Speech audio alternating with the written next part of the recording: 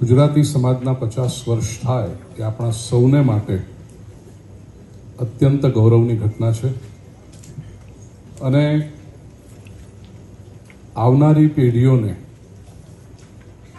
એની માહિતી મળી રહે, એક હિસ્ટોરિકલ ડોક્યુમેન્ટ પ્રાપ્ત થાય, એના માટે પ્રિય પકાજીએ મને વાત કરી કે ખૂબ સુંદર સુવેનિયર તૈયાર કરવામાં આવ્યું છે અને પકાજીએ મને વિનંતી કરી કે આપ ઉદ્ઘાટન કરો. મેં કીધું હું તો કરીશ, પણ મારા કરતાં વિશેષ જે અધિકારી છે, આ 50 વર્ષનો ઇતિહાસ જેને સર્જ્યો છે, એ મને એક પેજ બતાવ્યું પકાજીએ પાસ્ટ પ્રેસિડેન્ટ્સનું. આદરણીય જયંતિભાઈ પટેલ જે ફાઉન્ડર પ્રેસિડેન્ટ છે, એમનાથી શરૂ કરી અને પકાજી બધાના નામ કદાચ જો હું લઉં તો વિષ્ણુભાઈ, આ બધા જ પાસ્ટ પ્રેસિડેન્ટ પ્લીઝ સ્ટેજ ઉપર આવો. આપના સૌના હાથે આ સુવેનિયરનું ઉદ્ઘાટન કરવું છે. પકાજીએ મને એકલાને કહ્યું, પણ એ યશ હું ન લઈ શકું, મારા કરતા વિશેષ અધિકારી આ પાસ્ટ પ્રેસિડેન્ટ્સ છે.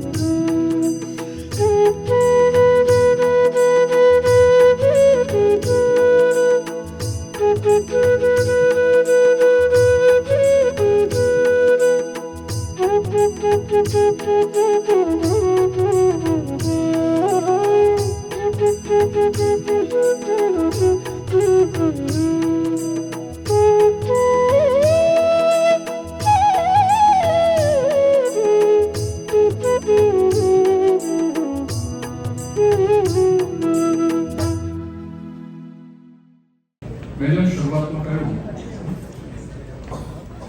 વતનથી આટલા દૂર રહી અને એક થવું એ શરૂઆતમાં આપણી નેસેસિટી હોય છે અને સાથે રહીને જ્યારે સ્નેહના સેતુ બંધાય, સંબંધોની સુગંધ માણવા મળે અને એમાંથી જે આનંદ આવતો થાય, એ પછી ધીરે ધીરે સાથે રહેવાનું ગમે છે અને એથી આપણી શક્તિ વધતી જાય છે. શાસ્ત્રોમાં બહુ સરસ કહ્યું છે, સંઘે શક્તિ કલૌ યુગે. કળિયુગમાં સંઘમાં જ શક્તિ છે.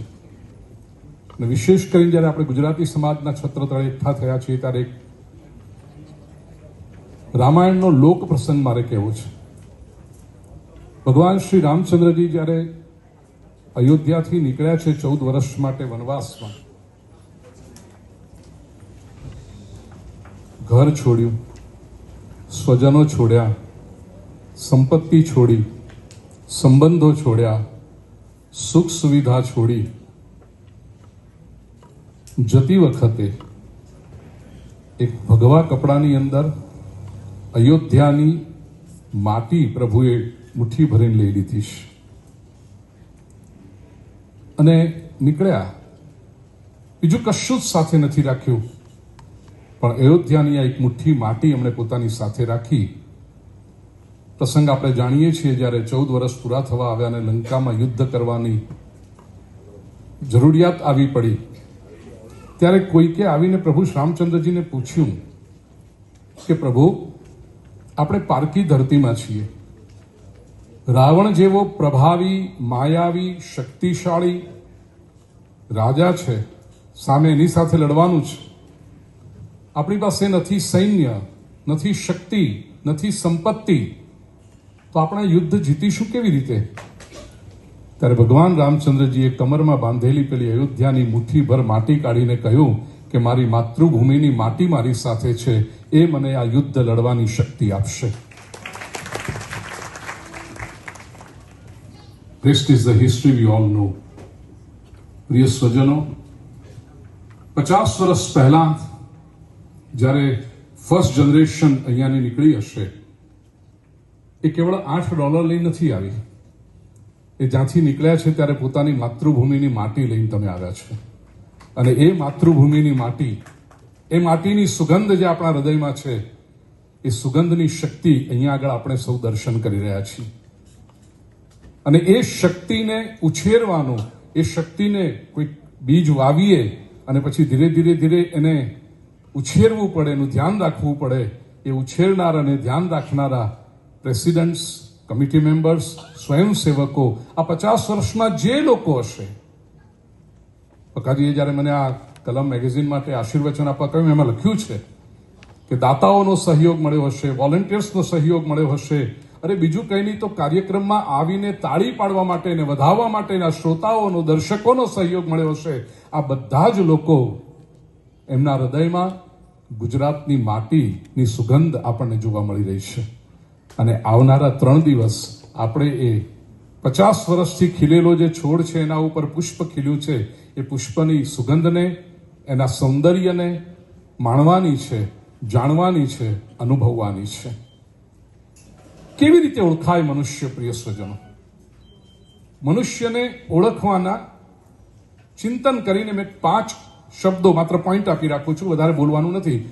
એક વસ્તુ કહી રાખો, અમે ઊભા બોલીએ ને તમે બહુ જાગૃત હોઈએ, બહુ ટૂંકે પતાવવાનું છે.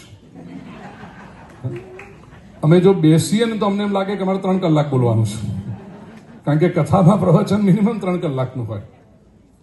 એટલે મને પકાજીએ પૂછ્યું કે આપના માટે વ્યવસ્થા, ખુરશી. મેં કીધું કાલે માયાભાઈનો ડાયરો જોવા આવું ત્યારે મારા માટે બેસવાની વ્યવસ્થા કરજો. અત્યારે મને ઊભા બોલવા દેજો તો હું 10 મિનિટમાં પૂરું કરીશ. 5 બુલેટ પોઈન્ટ આપી રાખું જેનાથી મનુષ્ય ઓળખાય છે, આપણે ઓળખાઈએ છીએ. સૌથી પહેલો, અંશ. આપણે કોના અંશ છીએ? આપણા વડીલો, આપણા પિતૃઓ, આપણા ઋષિઓ, એનો ભવ્ય વારસો લઈને આપણે આવ્યા હોઈએ છીએ. એનાથી આપણે ઓળખાતા હોઈએ છીએ. ઘણી લોકો વાત કરે કે મારા ફાધર આવા, ગુજરાતમાં મારી પાસે આવું હતું, દેશમાં અમે આ મૂકીને આવ્યા છીએ. અમારાથી અમુક વસ્તુ તો ન જ કરાય. પિતાજીને મોઢું શું બતાવીશું? માને મોઢું શું બતાવીશું? કદાચ માતા પિતા સંસાર છોડીને ગયા હશે તો માતા પિતાના ફોટા સામે ઉભા રહીને આંખમાં આંખ મેળવીને વાત કરી શકીશું? અમે કોણ? આપણી તેજસ્વીતા, આપણી ગરિમા, આપણી સેલ્ફ એસ્ટીમને ઊભું કરે છે અંશ. એનાથી માણસ ઓળખાતો હોય છે. બીજું છે માણસને ઓળખવાની એની આકૃતિ. ચહેરો જોઈને ખબર પડી જાય કે આ કેવો છે વ્યક્તિ. ઘણી વખત તો આપણે, મને અહીં આગળ કોઈ લોકો કહે ને, જુઓ ભાઈ, આ અમેરિકા છે એ દુનિયાનું સૌથી મોટું પોટ બોઇલર છે.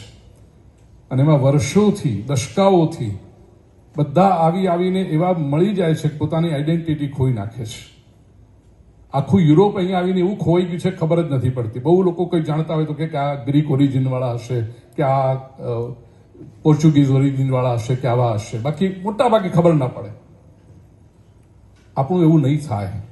એનું કારણ એક તો આપણી આકૃતિ અને આપણો અંશ જો આપણે યાદ રાખીશું, આવીને આવી રીતે આપણે સાથે રહી ધર્મને માટે, સંસ્કૃતિને માટે, આપણી પરંપરાને માટે જાગૃત રહીશું તો આપણે સતત ઓળખાતા રહીશું. ત્રીજી વસ્તુ આપણી ઓળખ હોય છે આપણો અક્ષર. જેવો માણસ અક્ષર કાઢે ને, જે માણસ સારો હશે એના અક્ષર પણ સારા જ હશે. અને જેના અક્ષર જો બરાબર ન હોય, ડોક્ટરોને આ બાબતમાંથી હું માફ કરી દઉં છું, જેના અક્ષર સારા ન હોય તો સમજી ચાલો કંઈક ને કંઈક પ્રોબ્લેમ હોવો જોઈએ. અક્ષરથી માણસની. તબલાવાળા ભાઈને જરા વિનંતી કરું, બંધ કરજો ભાઈ. તબલચી, થેન્ક યુ. અવાજ. માણસનો અવાજ એની ઓળખાણ હોય છે. પ્રભાવી વ્યક્તિત્વ. અને અવાજ કેવી રીતે પ્રગટ થાય છે પ્રિય સ્વજનો? જેના વિચાર શ્રેષ્ઠ, એની વાણી શ્રેષ્ઠ. એનો અવાજમાં એક અનુભૂતિનો ઊંડાણ હોય છે, અભિવ્યક્તિની સચ્ચાઈ હોય છે. ને માણસ બોલતો હોય તો ખબર પડે કે આ ગોખીને બોલી રહ્યા છે કે જીવનમાંથી પ્રગટ થઈ રહ્યું છે. અને જેના જીવનમાંથી પ્રગટ થતું હોય એના પ્રત્યે માણસ આકર્ષાય જ. અને જો જીવનમાંથી પ્રગટ થતી વાણી આવતી હોય ને તો શ્રોતાને પણ પોતાના જીવનમાં ઉતારવાની ઈચ્છા થાય છે. અને છેલ્લી મનુષ્યની ઓળખાણની વાત છે એના આવકાર પરથી ખબર પડે. આપણે ત્યાં સૌરાષ્ટ્રમાં કવિએ બહુ સરસ દુલાભાયા કાગે કહ્યું છે કે તારું નામ પૂછીને કોઈક આવે તો આવકારો મીઠો દેજે. ગુજરાતી ભાષા, ગુજરાતનું સંસ્કૃતિ એટલું ભવ્ય છે કે અજાણે વ્યક્તિ પણ આવે ને તો આવો. વર્ષાબેનને પરેશભાઈ મને વાત કરતા હતા કે એ 6 મહિના હવે ફ્લોરિડા પર રહેતા હોય તો પણ કોઈ સંત આવે, કોઈ મહાપુરુષ આવે, કોઈ ગોસ્વામી બાળક આવે, ચાવી ખોલીને આપી દે, તમારે રહેવું હોય તો રહી શકો છો. આ આવકાર એ આપણી ઓળખ છે અને એ જ્યાં સુધી આપણે રાખીશું. ઘરના તાળા, ઘણા લોકો એવું હોય કે ભાઈ મહેમાન આવે ને એટલે એમ કે અમે બહાર જઈએ છીએ.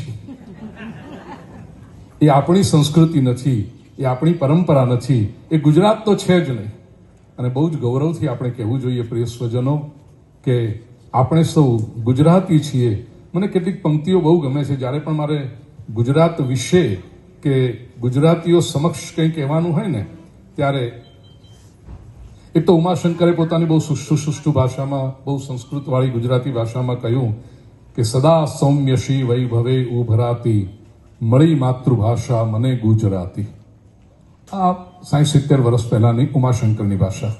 પણ હવેના જે કવિ છે કે હરિદ્વાર ગોસ્વામી કરીને એક કવિ છે, એ કહે છે એક ઘા ને કટકા 3 કરવા જો હોય તો ગુજરાતી ભણ.